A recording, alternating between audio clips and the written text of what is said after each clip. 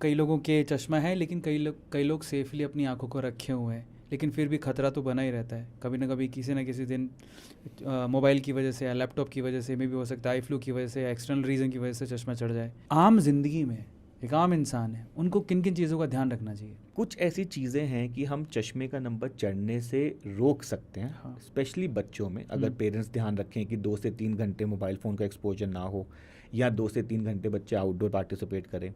अच्छा, अब हमारे पास कुछ ऐसी भी चीज़ें आ गई कि अगर चश्मे का नंबर चढ़ गया तो उसको हम बढ़ने से भी रोक सकते हैं। ओके। तो मान लीजिए किसी का चश्मे का नंबर 5 पहुंचना था, तो उसको हम 2 या 2.5 पे रोका जा सकता है।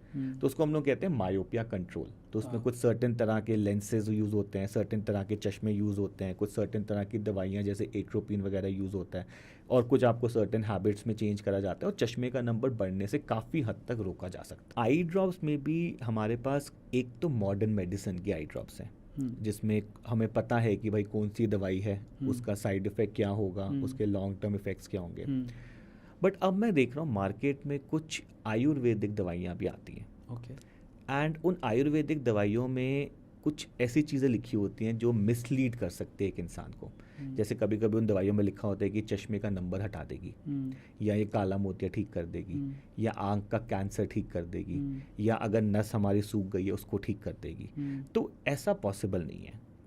तो जनरल यूज़ के लिए सपोज आप मोबाइल कंप्यूटर काम कर रहे हैं, और अब ज़्यादा देर तक मोबाइल कंप्यूटर काम करेंगे तो हमारी आंखें ब्लिंक कम करती हैं और आंखों में सूखापन आ जाता है, जिससे लोगों को इरिटेशन होती है।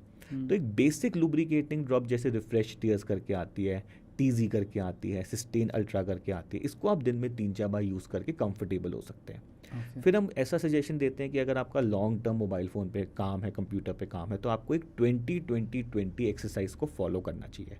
उसमें हम कहते हैं कि हर 20 मिनट बाद 20 सेकंड का ब्रेक ले लो, 20 फुट दूर देखो, और आंखों को 4-5 बार थोड़ा झपक लो, थोड़ा मन करे तो ड्रॉप डाल लो। तो उससे आंखें थोड़ा फ्रेश हो गई, लुब्रिकेट हो गई, आंखें ज़्यादा देर टायर्ड नहीं हो रही, और अपने काम को अपना दोबारा स्टार्ट कर सकते हो। अच्छा, कुछ लोगों को सर मैं ऐसा देखता हूँ कि वो लोग आंखों के सामने एक और 0 नंबर का चश्मा पहन लेते हैं। तो इसमें आजकल एक ब्लू लाइट फिल्टर बहुत पॉपुलर हो रहा है। देखिए, ब्लू लाइट फिल्टर चश्मे का कोई साइंटिफिक एडवांटेज नहीं मिला। बहुत सारी रिसर्चेज हुई, ऐसा नहीं एक रिसर्च हुई, एंड सब में ये मिला कि ब्लू लाइट फिल्टर का कोई एडेड एडवांटेज नहीं है। Rather as doctors we feel कि ऐसे एडिशनल फिल्टर्स आंख को या बॉडी को हार्म करते हैं। क्या होता है सर, हमारा जो एक सिस्टम होता है बॉडी का, कि एक स्लीप वेक साइकिल होता है, हमें एक सर्टेन टाइम पे नींद आती है, सर्टेन टाइम पे हम उठ जाते हैं, और ये जो स्लीप वेक साइकिल है ये ब्लू लाइट कंट्रोल करती है। तो जब ब्लू लाइट ज़्यादा होगी तो हमारी नींद खुल जाती है, और जब ब्लू लाइट कम हो गई, जब सन सेट हो गया, तो हमें नींद आनी शुरू होती है। तो एक मेलाटोनिन करके हार्मोन होता है जो कंट्रोल करता है ब्लू लाइट से।